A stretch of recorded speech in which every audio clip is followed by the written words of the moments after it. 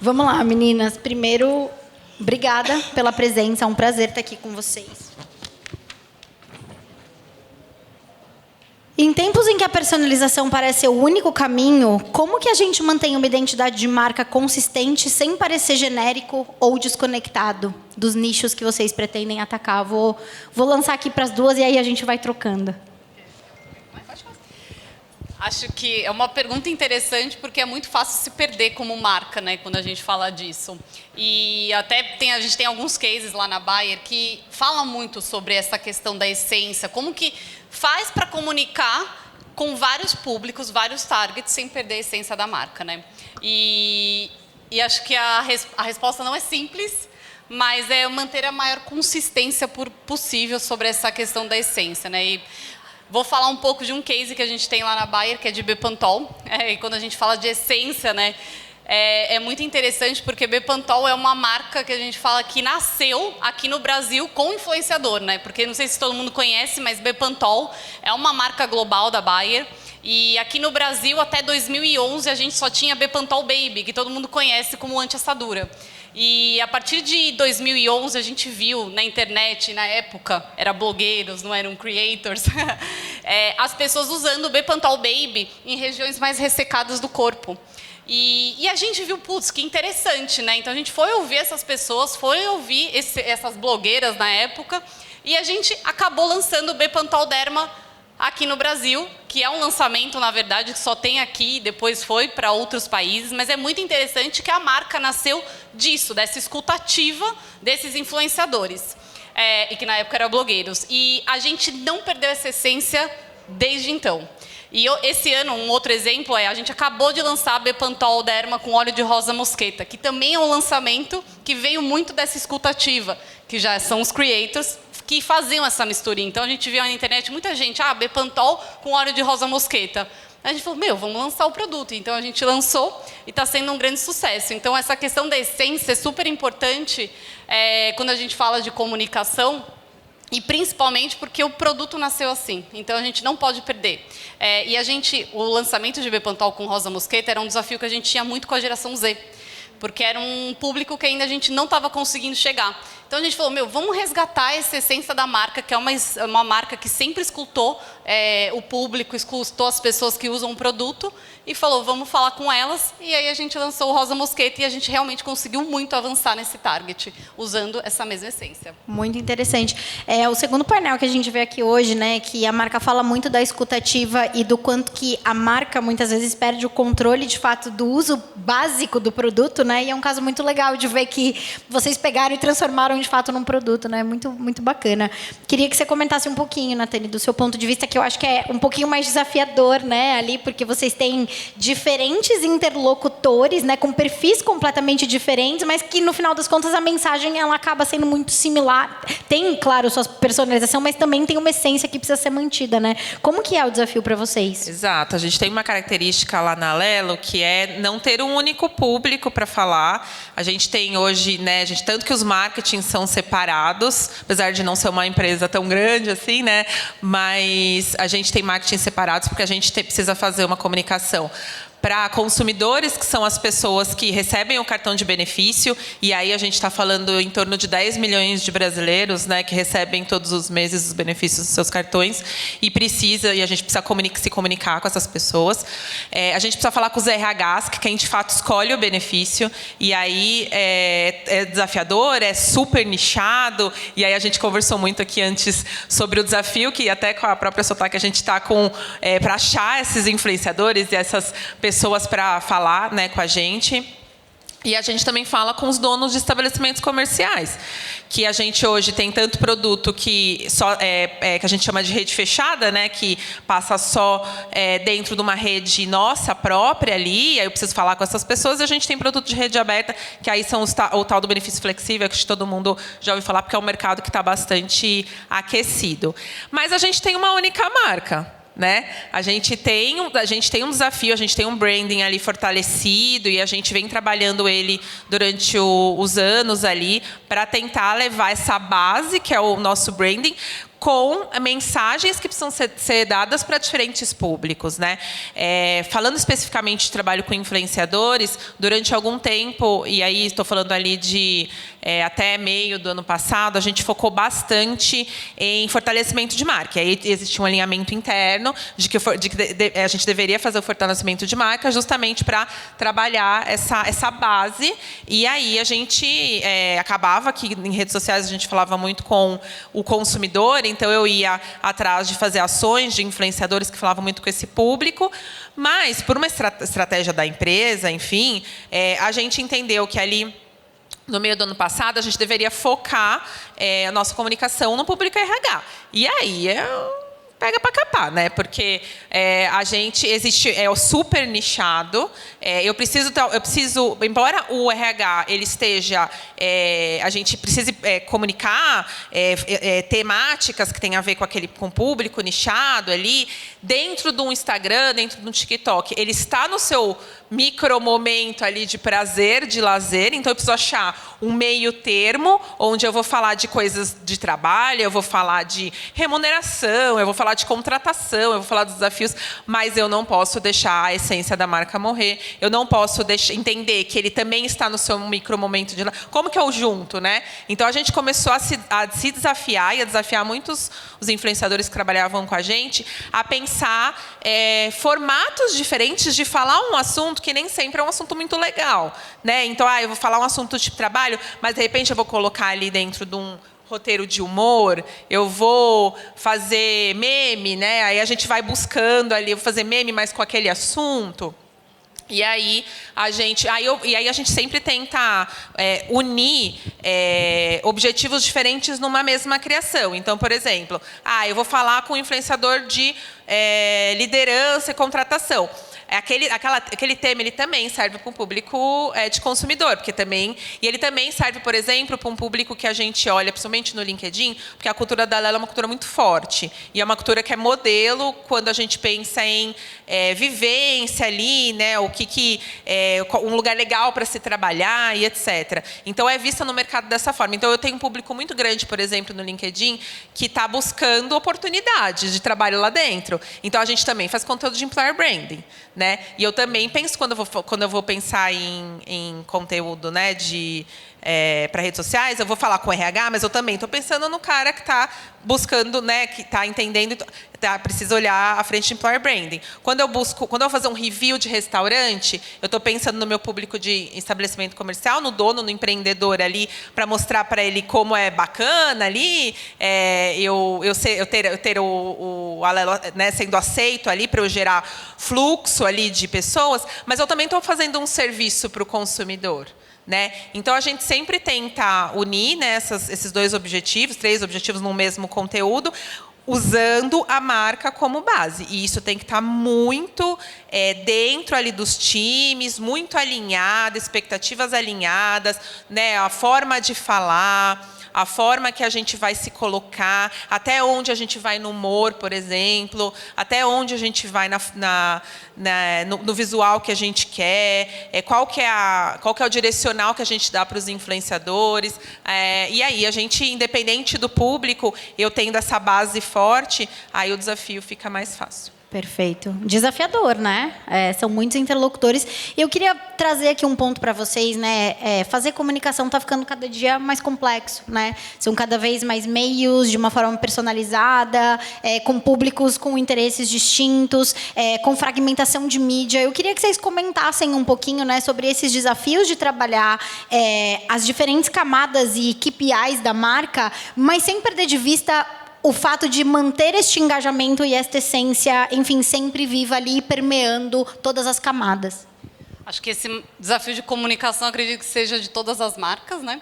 Porque a gente está competindo pela atenção. Então, independente do segmento, a gente pode até estar competindo pela mesma atenção, apesar de ter segmentos totalmente opostos. E isso está se tornando cada vez mais um desafio quando a gente olha os KPIs de mídia, principalmente de resultados. E eu acho que a grande mudança que a gente está fazendo isso, pelo menos na Bayer, a gente está apostando muito nessa frente de conteúdo. Então, é um conteúdo, algo mais orgânico, que você consiga conectar melhor com o público. Porque obviamente, tem a questão da awareness, né? Porque às vezes, só esse conteúdo eu não consigo atingir o número de pessoas que eu deveria estar atingindo. Mas, ao mesmo tempo, eu estou conseguindo garantir que eu não sou mais uma paisagem. Então, acho que a questão do Creator Economy, falando especificamente sobre isso, é muito importante, porque o Creator, hoje, ele ajuda muito a gente a manter essa essência. Então, a gente consegue, através dos briefings muito bem feitos, levar essa essência para o Creator e trazer de volta para a gente o que a gente precisa, que é o engajamento, que é a relação, essa conexão com a marca, para você não se tornar paisagem, porque é a atenção. Então, assim, a atenção de tudo. Então, assim, quando eu falo de atenção, eu não estou competindo só com os meus concorrentes, eu estou competindo com outras categorias. Porque todo mundo quer falar com as mesmas pessoas, das mesmas formas. Então, está cada vez mais desafiador. Então, acho que o segredo está nessa inverter um pouco, né? Que a gente sempre fala do funil, que não é mais um funil, né? Aquela jornada completamente fluido, né? Totalmente fluido, que não é uma jornada linear. O que eu preciso garantir o meu consumidor precisa ter contato com a minha marca durante toda essa jornada e não é linear. Então, a gente precisa entregar essas mensagens e garantir que o consumidor está nesses momentos chaves da escolha, pelo menos, da compra. E principalmente quando a gente fala de dermocosmético, vou falar aqui de skincare, vou falar um pouco mais de Bepantol, é uma categoria que assim está super aquecida, é a terceira maior no TikTok, tem aqui os números maravilhosos que dá para falar sobre isso. E está muito difícil, porque, nossa, é todo mundo falando sobre isso, é muito... Eu vi o pessoal do Conar aqui, né, falando, é tanto mitos e verdades, é tanta informação que às vezes o consumidor hoje mesmo está meio perdido. Ele tem muito acesso, mas ao mesmo tempo putz, por que esse, por que não aquele? Será que isso é verdade? Será que isso é mentira? Não sabe também muito para onde ir. E nós, como buyer, a gente está muito nesse trazer essa credibilidade e relevância na escolha, garantir muito a verdade, a ciência, né? Porque todo mundo fala, a gente vê muito nas redes sociais, Bepantol é mágico. Não, gente, não é magia, é ciência. Existe um porquê que Bepantol funciona assim, assim, assado. E esse é o nosso desafio. E, Andréa, só aproveitando seu gancho antes de passar para a Natane, você acredita que as narrativas que vocês amarram são fundamentais para que vocês consigam, de fato, ter essas camadas de essência e garantir que esse engajamento se mantenha vivo a longo prazo? Sim e não. Eu acho que é difícil garantir, porque hoje a nossa estratégia está muito mais em volume. E como a gente aposta mais em volume de creators, alguns vão super bem, outros, obviamente, têm oportunidades, né? Então, eu acho que esse equilíbrio ainda a gente está buscando, mas eu acho que a gente está num caminho bom e que a gente acredita. Mas sim, é um desafio muito grande e eu acho que estamos aprendendo ainda. Acho que todo mundo ainda está construindo essa narrativa entre os públicos.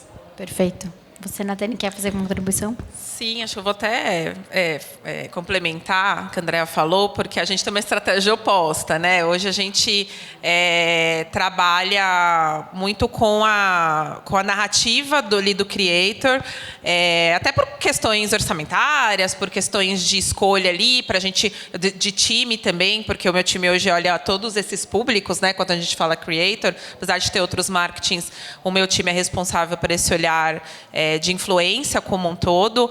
E você falou um negócio legal, que é essa coisa do funil, né? A gente não tem mais um funil, então eu não, né? Eu preciso entender que ele não vai seguir uma lógica de conhecimento de produto, ainda mais um produto como o produto da Alelo, que não é uma compra por impulso. É muita negociação, é muito pensamento, é muito pedido de colaborador para o RH, é muita coisa envolvida. Mas a gente tenta pensar que, além da forma de falar e do conteúdo para o público ali diferente que eu vou colocando, eu vou trabalhando esses momentos diferentes de funil pensando no conteúdo. Então, eu vou ter conteúdo ali que ele vai ser um conteúdo mais de alcance, porque eu tenho um lançamento, e aí ele vai falar de uma forma mais ampla. A gente trabalha bastante com engajamento, né? A gente tem metas ali de engajamento, e a gente tem todo um trabalho de construção de comunidade comunidade muito forte também. Então, a gente faz... E é uma questão de comunidade na unha, né? Então, aquela coisa, eu tenho lá o time que entra todo dia, vai olhar os conteúdos, vai entender quem que faz sentido mandar os nossos... A gente tem uma coleção de produtos ali, mandar os nossos produtos, ou mandar ingressos de eventos patrocinados que a gente faz. O Wicked foi uma loucura, assim, esses últimos tempos. Porque a gente patrocinou o Wicked, e como tem uma legião de fãs, né, de teatro musical, foi uma loucura. Então, a gente entra ali nesse momento também de engajamento.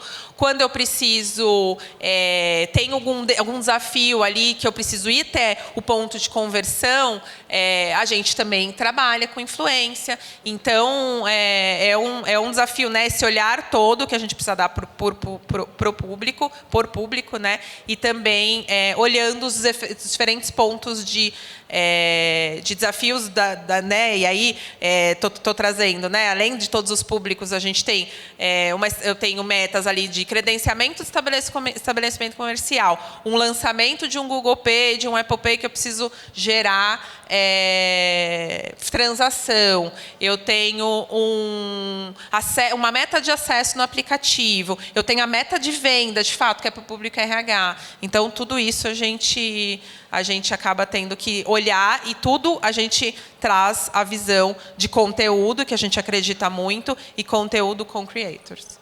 Muito legal. Eu vou pegar 2 ganchos aqui do que vocês falaram. Um do que você falou de comunidade, né? Eu queria entender aí do ponto de vista de vocês, né? A gente, na Sotaque, a gente fala muito sobre essa questão de construção de comunidade, de olhar para os creators mesmo como líderes de comunidade, porque eles são, especialmente, né, quanto mais nichados, né?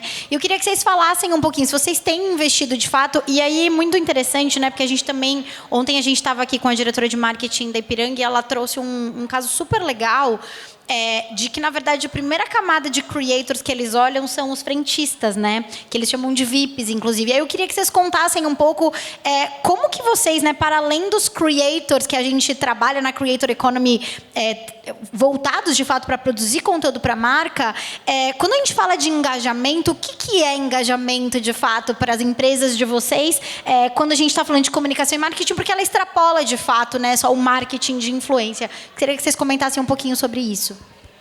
Não, ótimo. E falando até um pouco da comunidade, que a gente sempre fala, vou dar mais um exemplo de Bepantol, que eu acho que é uma marca que consegue fazer muito bem.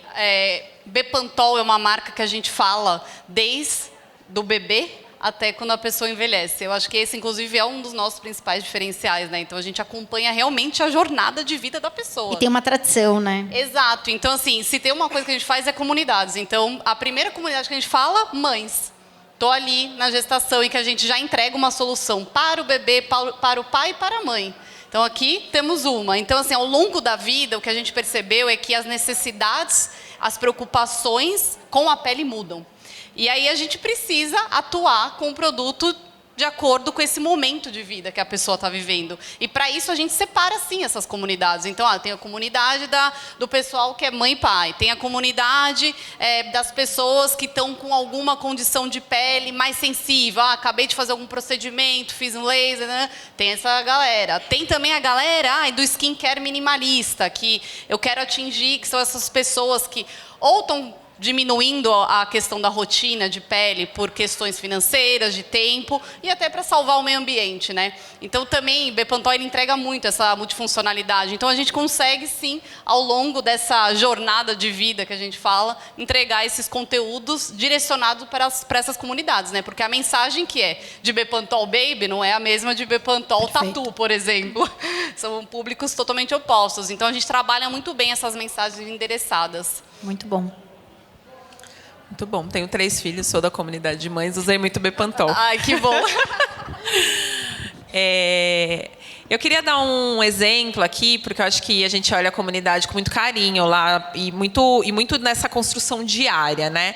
A gente tem um programa dentro da empresa que a gente chama de Influlovers, que são os influenciadores nossos internos. A gente usa muita gente, a gente tem um programa que já tem 3 anos, que a gente criou e que é um super sucesso hoje, de buscar pessoas que têm essa veia creator, né? Para poder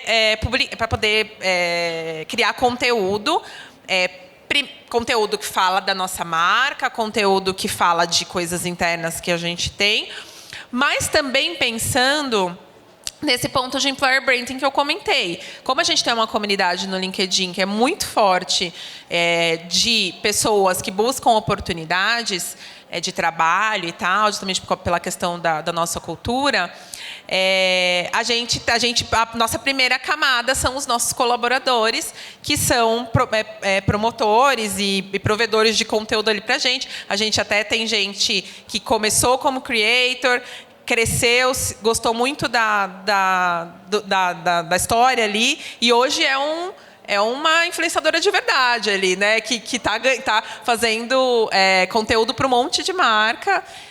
Hoje não está mais na Alelo, mas meio que se desenvolveu, né? Tinha toda uma veia ali, se desenvolveu, e hoje é uma influenciadora CLT, que é um dos nossos segmentos aqui que a gente busca também, a galera da influência CLT, né? Então, a gente tem essa promoção de comunidade ali dentro de casa, pensando nesse público de employer branding. A gente tem essa promoção de comunidade dentro, né, dos nossos canais, pensando, quando a gente fala em RH, que é nosso super desafio, porque é muito nichado, a gente não tem um grande volume de influenciadores de RH fazendo bons conteúdos. Tem uma galera que está na tentativa ali, mas a gente sabe que tem todo um caminho para... E quem tem, a gente estava até conversando lá fora, os poucos que tem são disputados à tapa pelos concorrentes, né? Então, os concorrentes todos... às vezes você vê a mesma pessoa, faz publicação para a Alelo, 2 meses depois está no concorrente 1, 2 meses depois está no concorrente 2, você fala, meu Deus do céu, né? Que credibilidade que vai ter. Mas a gente tem essa comunidade, essa construção de comunidade com RHs, porque é nosso público, se a gente for pensar em conversão de venda ali, em aumento, né, que a gente, nos resultados que a gente busca, tem nisso. Então, a gente tem a semana que vem vai ter o CONAR, que é o maior evento de RH que tem no Brasil. Então, a gente foi lá, buscou influenciador, tem toda uma questão de conversa, de comunidade, né, de construção de comunidade com esse público. E a gente tem o nosso público ali de clientes Alelo, que ele é um pouco mais expandido, né? A gente tem lá dentro, a gente percebe, né, pelos nossos estudos ali, né, de listening ali, né? Existem clientes Alelo, existem pessoas que já foram clientes Alelo, existem pessoas que o pai, a mãe, o tio, o marido, a esposa é cliente Alelo, mas ele também usa o cartão. E existem pessoas que estão perdidas lá, perdidas não, né?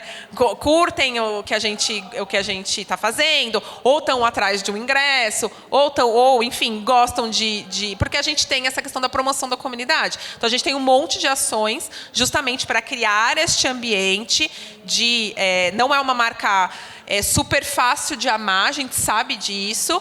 Ela é uma marca que está num processo muito lento de construção ali, de sair de uma coisa mais funcional para ir muito, muito lentamente numa relação mais emocional, que é nosso objetivo, que as pessoas, de fato, tenham uma relação além do funcional, com o aplicativo, com o produto, etc.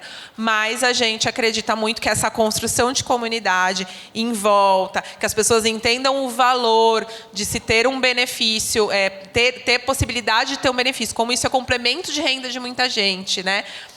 Como isso muda, muitas vezes, o que tem na mesa, o que tem no armário, o que tem na geladeira de muita gente. Então, como que isso é poderoso e como isso, de fato, merece ali atenção e a gente faz de tudo para que as pessoas fiquem, né, ali e a gente mantenha essa conversa positiva.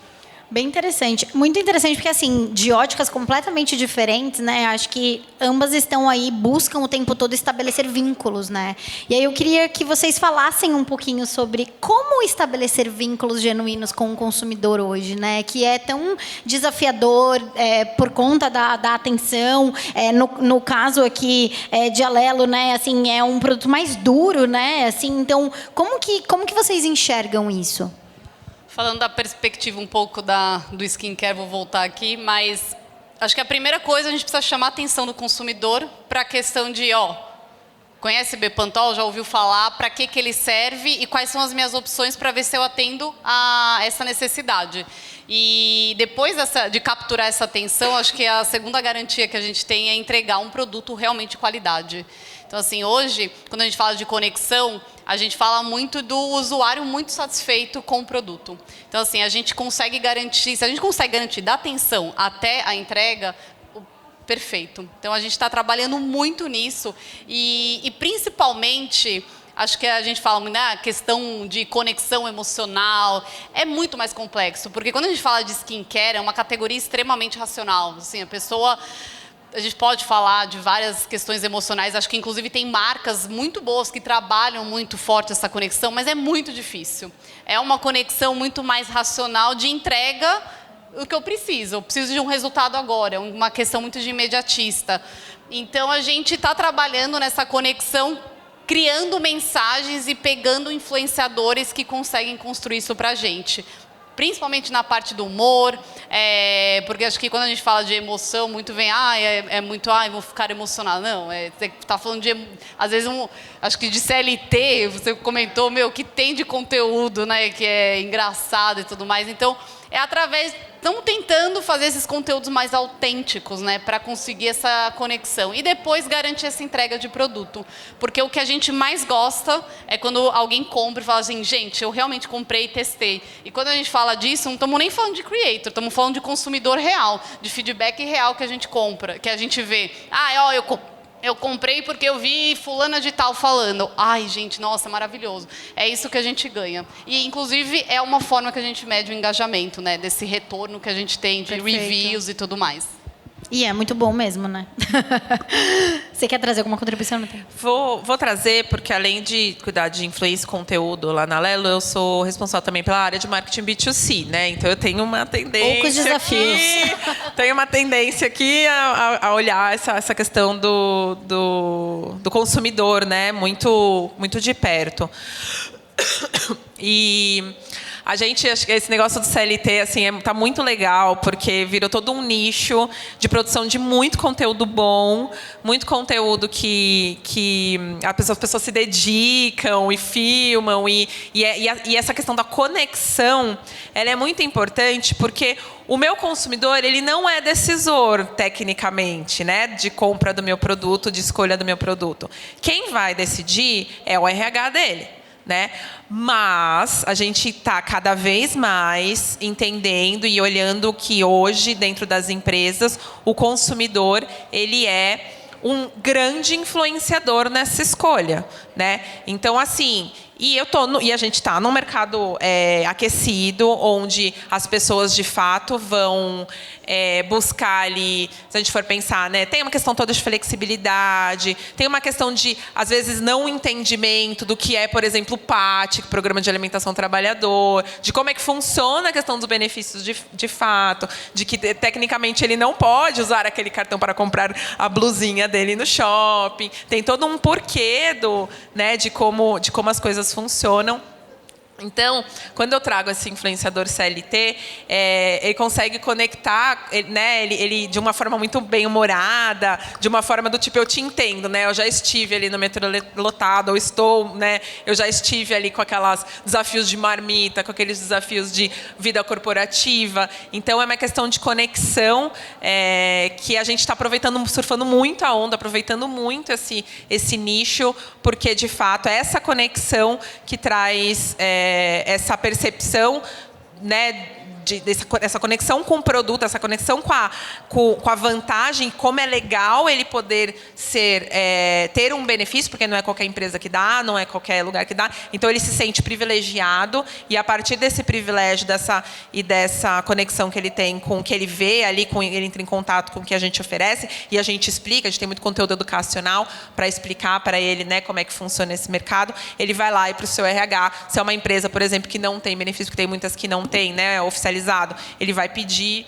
Se é uma empresa que tem um benefício que é menos aceito ou que tem alguns problemas tecnológicos, ele vai falar, e é isso que a gente quer. A gente quer que o consumidor seja cada vez mais influenciador. Muito bom. E muito legal que o que a Andrea comentou, né, sobre essa história da conexão emocional, que na verdade é um conteúdo que gera identificação, né, e não necessariamente pega sobre coração, né, mas sobre gerar identificação. Muito bom.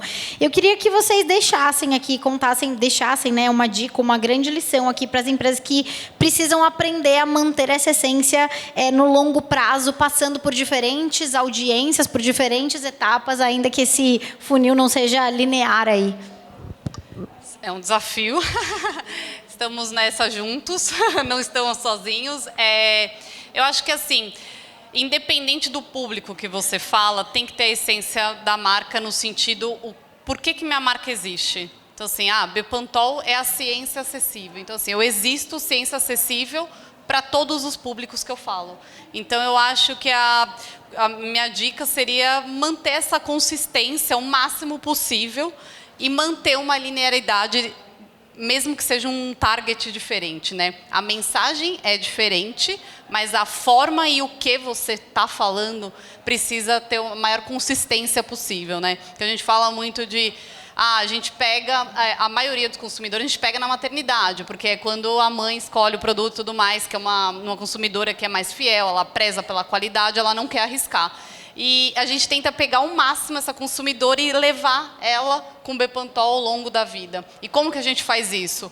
Mantendo a credibilidade da marca e o que a gente entrega de produto, né? Que é qualidade, que é uma fórmula muito limpa, né? A gente não tem ingredientes, né, nocivos que provavelmente podem dar alergia, por exemplo. Então, é o que a gente tange. Então, essa é a essência da marca. Então, independente se eu estou falando com homem, se eu estou falando de tatuagens, se eu estou falando de pós-procedimentos, se eu estou falando de pele oleosa, é isso que eu levo para ele. Então, é tentar manter essa consistência de essência de marca, porque não consistência de mensagem, né? Mas é a consistência de essência.